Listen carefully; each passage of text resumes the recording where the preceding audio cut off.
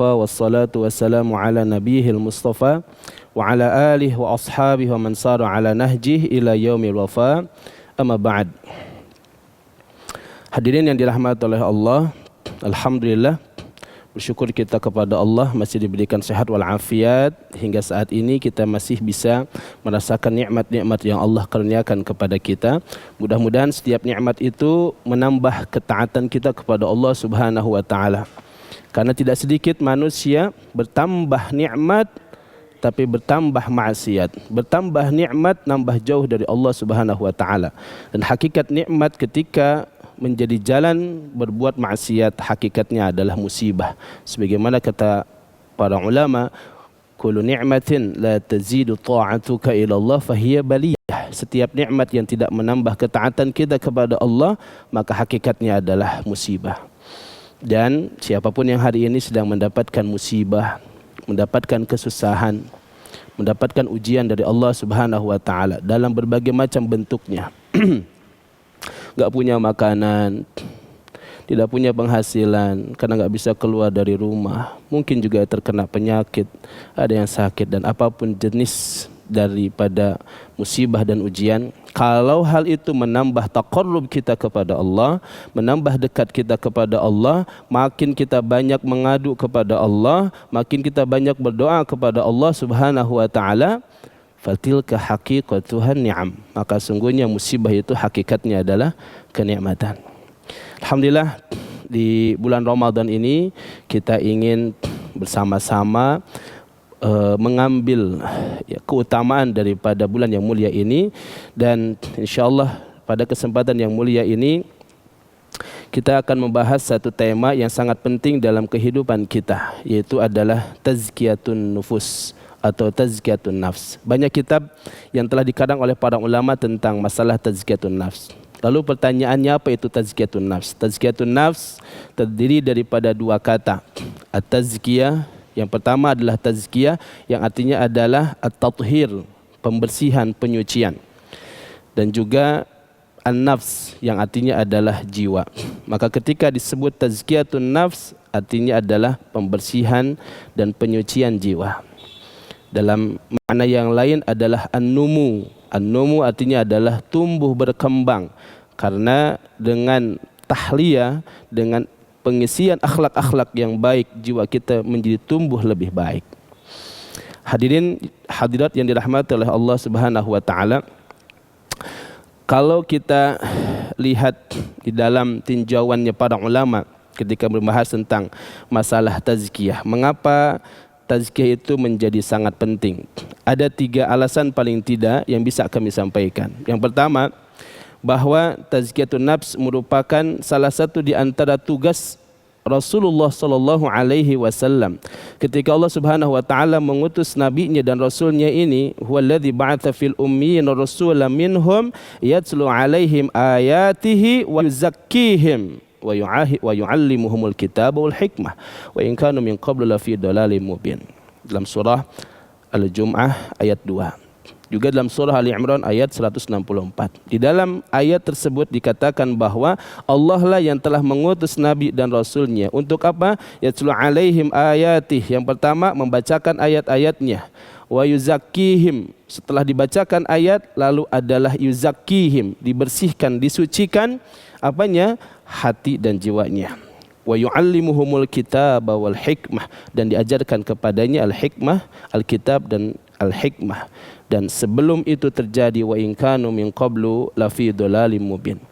Dua ayat ini menjelaskan kepada kita bahwa nabi dan rasul diutus oleh Allah Subhanahu wa taala dengan 3 kewajiban ini. Membacakan ayat Allah dan menyucikan jiwa manusia. Karena dengan dosa yang dilakukan oleh manusia, sebagaimana kata Nabi sallallahu alaihi wasallam, innal mu'mina idza adnaba dhanban kanat nuqtatun sauda'u fi qalbihi. Seseorang yang beriman ketika dia berbuat dosa akan ada satu noda hitam di dalam hatinya. Bertambah dosanya, bertambah noda hitam di dalam hatinya. Bertambah lagi maksiat yang dia lakukan, akan ada terus noda-noda hitam di dalam hatinya, sehingga hatinya penuh dengan noda-noda tersebut. Itu disebut dengan ran. Dalam Al-Quran disebutkan kalla bal rana ala qulubihim ma kanu yaksibun. Itu adalah ran, maksiat yang ada di dalam hati, mengunci hati. Dan nanti kita akan bahas bagaimana kondisi hati yang sudah terserang penyakit. Ada yang masih biasa, ada yang akut, ada yang sampai disebut dengan hati yang mati. Maka Nabi diutus oleh Allah Subhanahu wa taala di tengah masyarakat jahiliyah. Masyarakat Arab yang jahili, yang penuh dengan dosa dan maksiat yang mereka lakukan. Nabi diutus untuk mengajarkan kepada mereka ayat-ayat Allah dan juga untuk menyucikan, membersihkan jiwa-jiwa mereka dari segala macam kotoran. Itu yang pertama. Yang kedua, tazkiyatun nafs adalah sababul falah. Ini adalah sebab keberuntungan. Kalau kita mau mencari tahu hakikat daripada kesusahan, kehancuran, perpecahan, ya, istri suami berantem sampai terjadi perceraian, orang tua dengan anaknya juga kemudian tidak akur, keluarga terjadi berbagai macam permasalahan, tetangga dengan tetangga, dan segala macam kerusakan yang ada.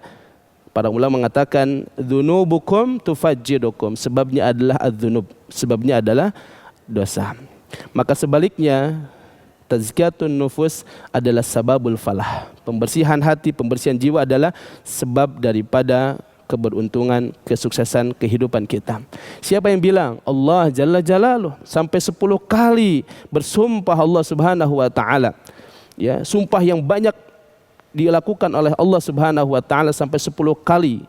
Allah mengatakan dalam surah Asy-Syams, wasyamsi waduhaha wal qamari idza talaha wan nahari idza jallaha wal laili idza yaghshaha was samai wama banaha wal ardi wama tahaha wa nafsi wama sawaha fa alhamaha fujuraha wa taqwaha qad aflaha man zakkaha wa qad khaba man dassaha.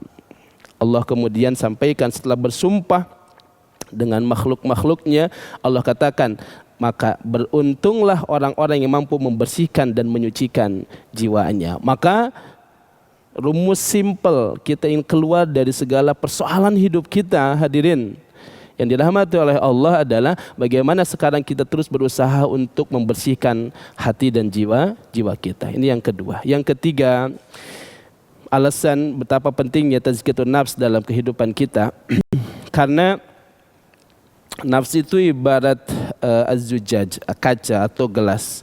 Ya, ketika gelas ini kotor, diisi yang bersih sekalipun, maka yang keluar adalah kotor. Atau seperti teko. Teko itu diisi apapun, ya, kalau tekonya kotor, maka yang keluar adalah kotoran. Kalau misalnya ini air zam-zam, ya, air zam-zam dimasukkan ke dalam teko.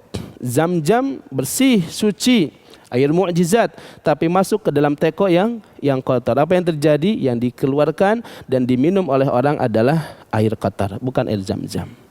Makanya kaitan dengan hal ini Syekhul Islam Ibnu Taimiyah memperingatkan kita, ada orang-orang yang utu zaka'a walam yu'tu zaka'a, diberikan kecerdasan, zakat, kecerdikan, kecerdasan, tetapi walam yu'tu zaka'a, tidak diberikan kesucian hati. Apa yang terjadi?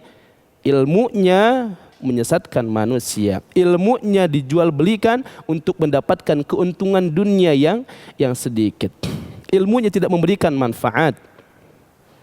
Bahkan ibadahnya tidak lahir dan wujud dalam bentuk akhlak yang mulia. Ada manusia, ada seseorang diadukan oleh sahabiat kepada Nabi, ya Rasulullah, fulana tusallil laila wa tasumun nahar. Ada seorang perempuan tetangga kami nih, dia suka sholat malam dan tidak pernah melupakan saum di siang harinya. Tapi ya Rasul, tu'dhi jaraha bilisaniha, tapi suka menyakiti hati tetangganya dengan lisannya Rasulullah. Aina hiya ya Rasulullah? Di mana dia nantinya Rasulullah? Apa kata Rasul SAW? Hiya finnar, dia akan masuk ke dalam api neraka. Maka tidak nyambung. Ini yang harus diperhatikan, hadirin. Ini adalah kewajiban kita, bagaimana tazkiyatun nafs akan menyelaraskan antara ilmu dengan hati, sehingga yang keluar daripada diri kita adalah kebaikan. Dan disitulah Nabi kemudian diutus, innama bu'itsu liutammima makarimal akhlak, sungguhnya aku diutus untuk menyempurnakan akhlak.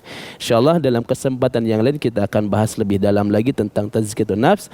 Tetap terus di channel kita dan mudah-mudahan memberikan manfaat dan inspirasi buat kita semua. Barakallahu fikum, Ali Abu Khatib. Assalamualaikum warahmatullahi wabarakatuh.